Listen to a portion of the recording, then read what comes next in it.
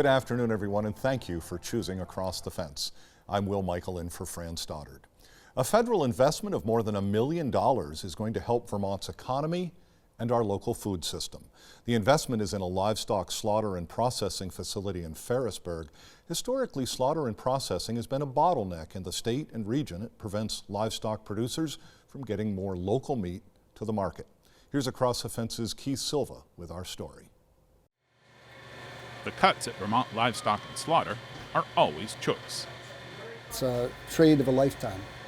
The business of Vermont Livestock and Slaughter is in its name. The company slaughters and processes beef, pork, and lamb for producers in and around Vermont. Carl Cushing owns and operates the business. I've been in the meat industry since I was 15 years old.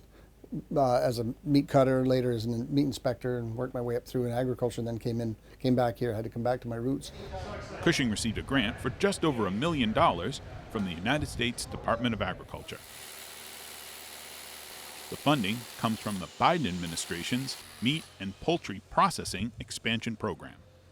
This is what $1 million looks like, and it's part of a larger capital stack to get the whole project finished, but we're really excited to be able to see phase one at this stage.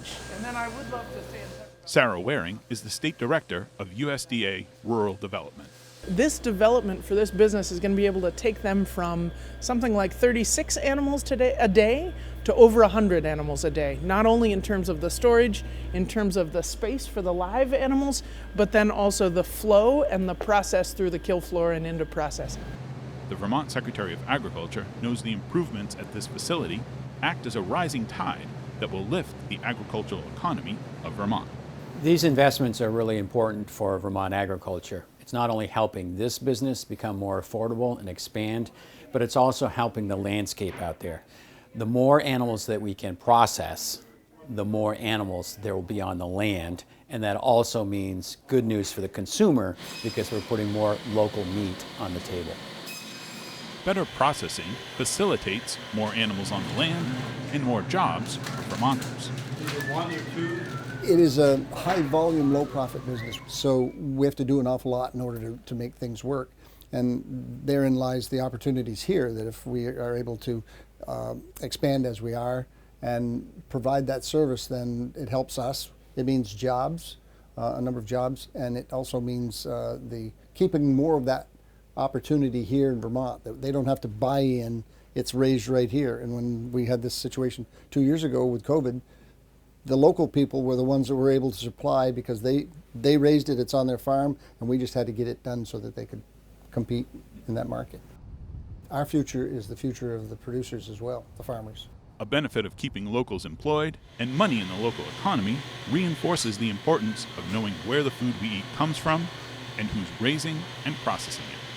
When you raise an animal and you put a 2-year commitment into raising a beef, you have to have a relationship somewhere to make sure that that can be taken care of in an appropriate way. That's what we're here for. This is one of the programs that makes me really proud to do the work that I'm doing. This is, for me, growing up in Vermont, knowing how important our local food system is, and knowing that this part of the supply chain is often invisible.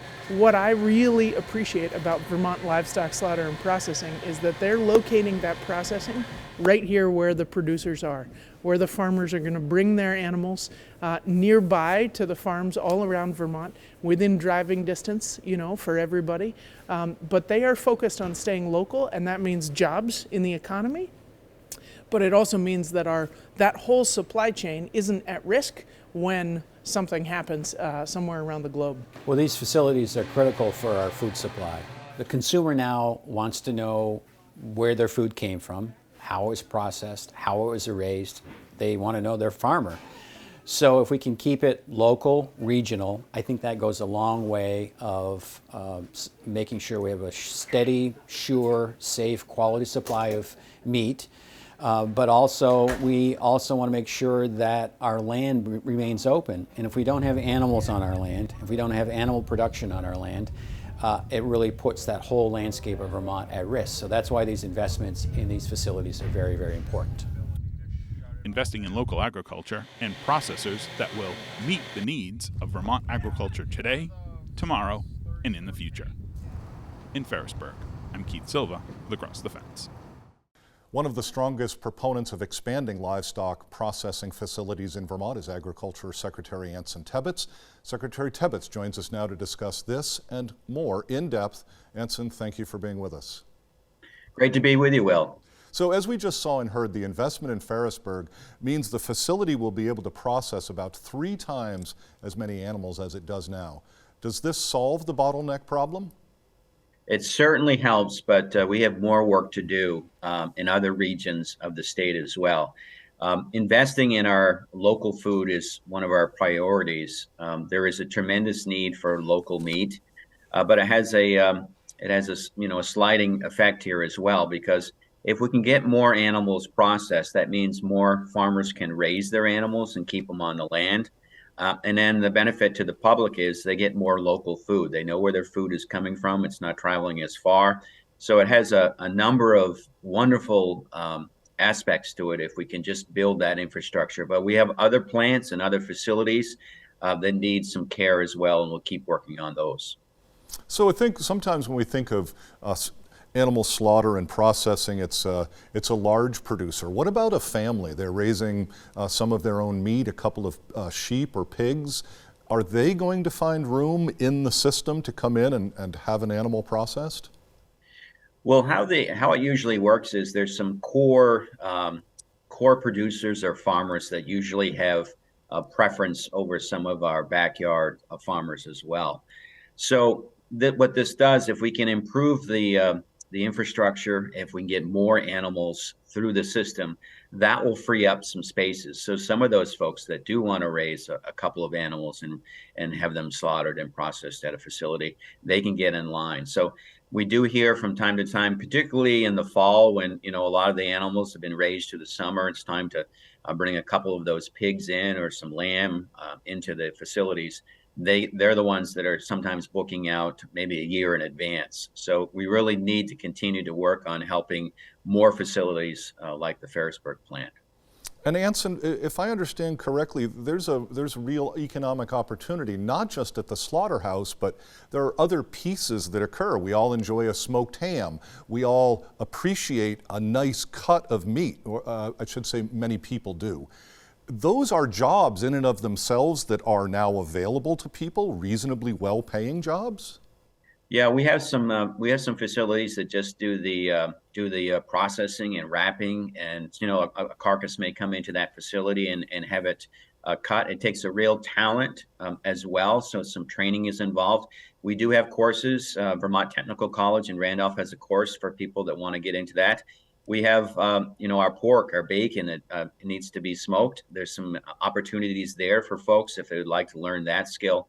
But maybe a couple of days of slaughtering, but then you need to take that meat and put it into packaging, and that takes a lot of time and skill. So that sometimes is why we have a backlog. But there's a great opportunity for folks to have that business as well if you don't want to do the slaughtering aspect of it. A majority of the recent investment we were talking about in Ferrisburgh, it came from the federal government. How was Vermont's Working Lands Enterprise initiative involved in this funding? Well, we've invested about $100,000 into this facility through the Working Lands program. That is for businesses in Vermont that help agriculture. It's a granting program.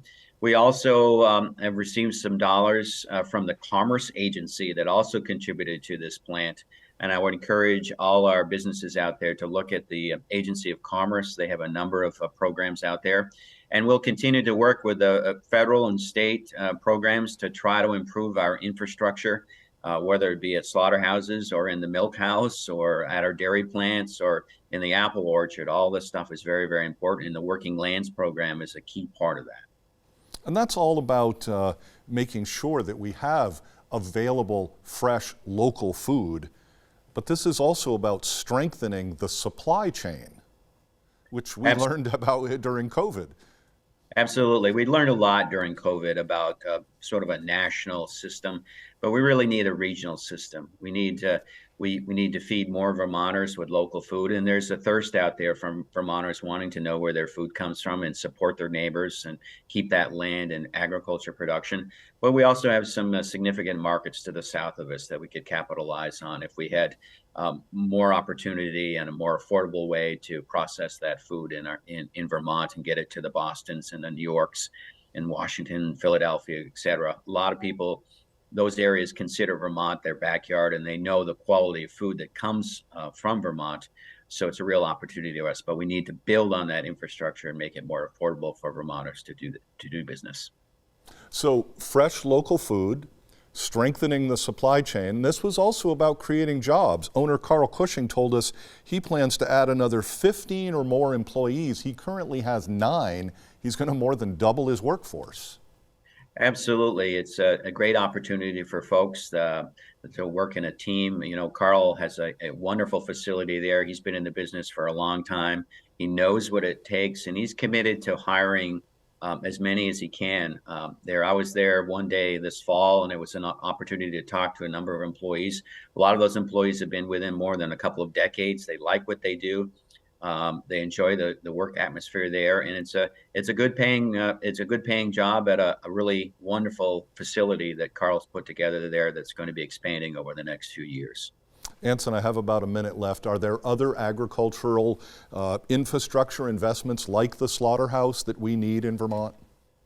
Absolutely. We need all kinds of, sometimes it's as simple as that one piece of equipment that makes it more affordable. Maybe it's packaging. Maybe it's that one freezer space that's added to a farm stand or a facility. So all that infrastructure stuff, it's not it doesn't have all the bells and whistles, but it's critical for our businesses to be more affordable, and they can get more local food to your table.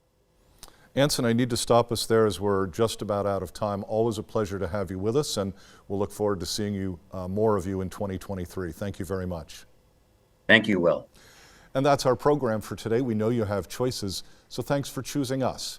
I'm Will Michael, inviting you to join us back here each weekday afternoon for another visit Across the Fence.